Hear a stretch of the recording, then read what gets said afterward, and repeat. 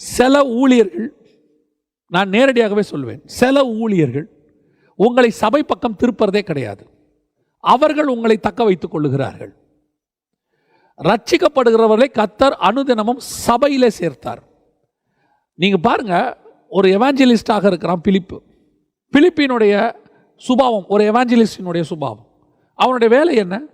வரான், அவன் போதிக்கிறான், அந்த காந்தாக மந்திரிக்கு வேலையை முடிக்கிறான். முடித்தவொடனே அடுத்து அவன் செய்கிற வேலை என்ன தெரியுமா? நேரடியாக அந்த காந்தாக மந்திரிக்கும் அவனுக்கும் நடுவில் தொடர்பு விட்டு போகுது. காணாமல் போயிட்டான். அதோடைய அர்த்தம் என்ன? இதுக்கப்புறம் அவன் சபைக்கு போயிடணும், சபையில் கொண்டு போய் சேர்த்துடணும். இன்றைக்கி நம்ம என்ன செய்கிறோம்?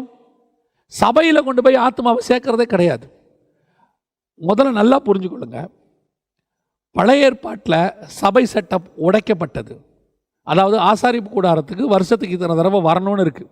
இது கொஞ்சம் கொஞ்சமாக மாறுச்சு. ஓய்வு நாள் தோறும் கூடி வரணும்னு இருக்குது. அது கொஞ்சம் கொஞ்சமாக போச்சு. இப்போ ஆண்டவர் புதிய ஏற்பாட்டில் சபை செட்டப்பை உருவாக்கியிருக்கிறார், மனவாட்டி சட்டம். சபை தான் பரலோகத்திற்கு எடுத்துக்கொள்ளப்படும். சபையின் பக்தி விருத்திக்கு ஏதுவாகத்தான் 5 வகையான ஊழியம்.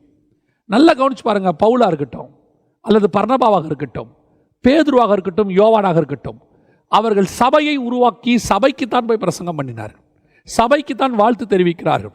எழுதப்பட்ட எல்லா நிருபங்களும் சபைக்கு எழுதப்பட்டது. ஆவியானவர் சபைக்குத்தான் வெளிப்படுத்தின விசேஷத்தை எழுதினார்.